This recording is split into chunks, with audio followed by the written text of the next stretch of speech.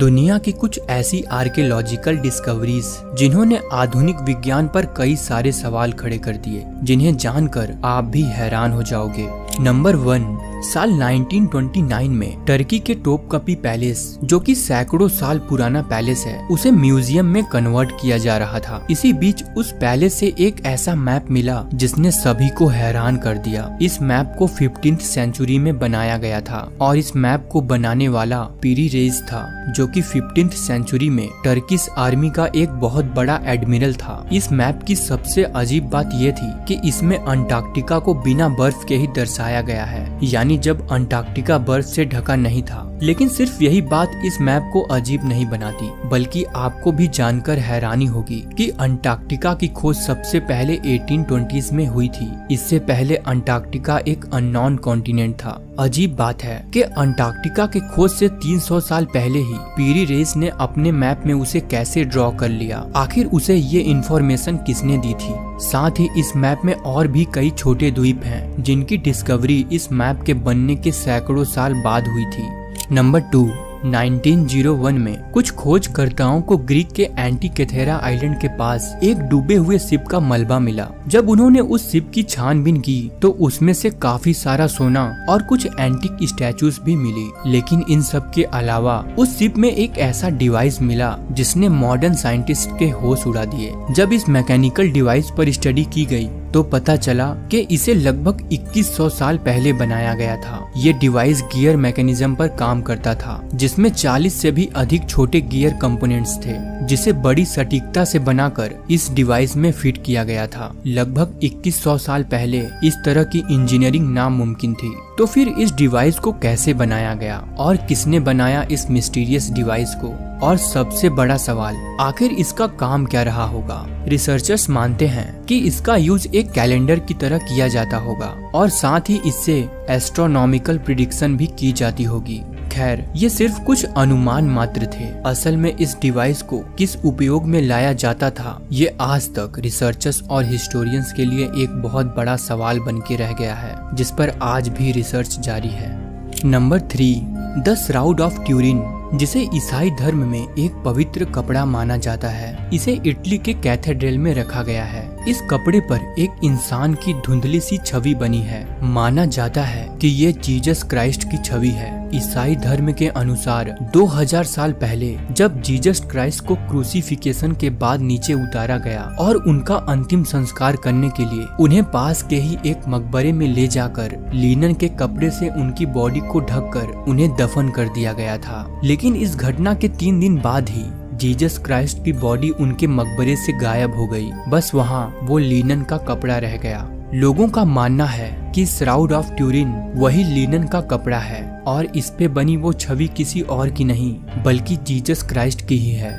बीते 100 सालों में इस कपड़े पर कई रिसर्च किए गए। स्टडी में पाया गया कि इस कपड़े पर कई ऐसे ग्रीक और लैटिन भाषा के अक्षर हैं जो काफी पुराने समय में यूज किए जाते थे, जिससे ये बात साबित होती दिखाई दे रही थी कि ये कपड़ा 2000 साल पुराना है। लेकिन कार्बन डेटिंग से पता चला कि ये कपड़ा सिर्फ 700 साल ही पुराना है। हालांकि कुछ लोगों ने कार्बन डेटिंग से आए इस रिजल्ट को गलत माना। उनका कहना था कि श्राउड ऑफ ट्यूरिन से काटे गए उस सैंपल के टुकड़े को किसी ने बदल दिया था, जिससे रिजल्ट्स गलत आए हैं। आज भी ईसाई धर्म में श्राउड ऑफ ट्यूरिन को एक पवित्र वस्तु के रूप में देखा जाता है। नंबर 4, साल 1974 में चाइना के जियान में 2 किसान अपने खेतों में खुदाई का काम कर रहे थे। खुदाई के दौरान उन्हें वहां एक अजीब सी मूर्ति मिली, जिसे देखकर वो घबरा गए। उन्होंने तुरंत ही आर्कियोलॉजिकल डिपार्टमेंट को इसकी जानकारी दी। जब वहां पर बड़े लेवल पर एक्सकवेशन शुरू किया गया तो वहां 1-2 नहीं बल्कि 8000 ऐसी मूर्तियां मिली, जिसे टेराकोटा आर्मी कहा जाता है। जब हिस्टोरियंस ने इन मूर्तियों का इतिहास पता किया तो सभी लोगों के होश उड़ गए। इस टेराकोटा आर्मी को 2200 साल पहले बनाया गया था, जिसे चीन के पहले सम्राट क्विन शी हांग ने अपने मकबरे की रक्षा के रूप में बनवाया था। हिस्टोरियंस कहते हैं कि क्विन शी हांग ने अपने जीते जी अपने मकबरे को बनवाया और उसके सामने इस टेराकोटा आर्मी को खड़ा किया। उनकी मृत्यु के बाद उनके साथ इस पूरी आर्मी को भी दफन कर दिया गया। क्विन शी हांग वही सम्राट हैं जिन्होंने the great wall of China का भी निर्माण कराया था।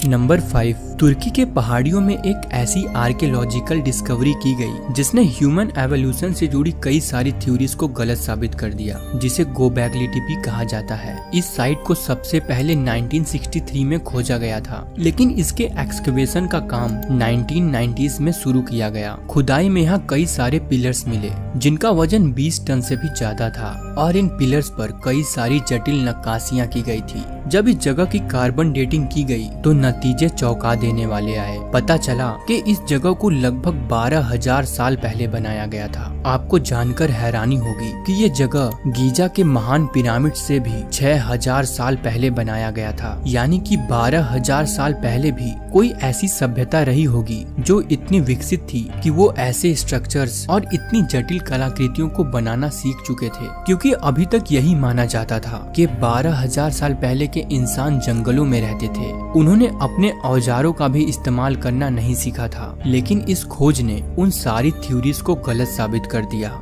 नंबर 6, 1939 में जर्मन आर्कियोलॉजिस्ट विल्हेम कोनिग को ईरान में खुजुटराबू के प्राचीन साइट पर एक अजीब सा पॉट मिला जो करीब 2000 साल पुराना था। पहले तो सभी को ये एक नॉर्मल सा पॉट लगा जिसके अंदर एक मेटल की रॉड और एक कॉपर की ट्यूब थी, लेकिन जब इस पर स्टडी की गई तो मालूम हुआ कि ये साधारण सा दिखने वाला मटका एक एंशिएंट बैटरी है। रिसर्चर्स ने इसे प्रैक्टिकली प्रूफ करके भी दिखाया। जब इस पॉट को किसी एसिडिक सॉल्यूशन जैसे लेमन जूस, विनेगर या वाइन से भरा जाता और कॉपर की ट्यूब को अंदर डालकर बीच में मेटल रॉड लगाया जाता तो ये पॉट करंट जनरेट करने लगता। हैरानी की बात थी कि 2000 साल पहले उन्हें ऐसी बैटरीज बनाने का ज्ञान कहां से मिला था। वैज्ञानिकों का मानना है कि इन बैटरीज का यूज इलेक्ट्रोप्लेटिंग के लिए किया जाता होगा। कुछ थ्योरीज कहती हैं कि इन बैटरीज का यूज किसी रिलीजियस पर्पस के लिए भी किया जाता होगा।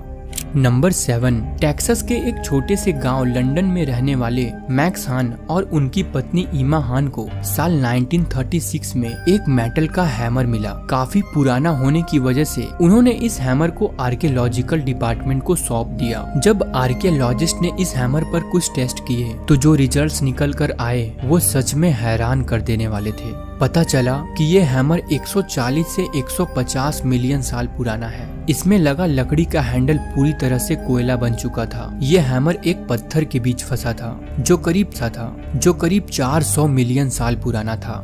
ये कैसे संभव हो सकता है? क्या इतने साल पहले भी कोई ऐसी सिविलाइजेशन अर्थ पर मौजूद थी जो मेटल के औजारों का यूज करते थे? इस हैमर की एक और चौंका देने वाली बात ये थी कि ये हैमर जिस लोहे से बना था वो इतना शुद्ध लोहा था कि ऐसा लोहा आज तक धरती पर खुदाई में कहीं नहीं पाया गया। इतना शुद्ध लोहा बनाना बिना किसी मेटालॉजिकल प्रोसेस के असंभव जैसा लगता है। दोस्तों, उम्मीद करते हैं कि आपको हमारी ये वीडियो पसंद आई हो। अगर वीडियो अच्छी लगी तो वीडियो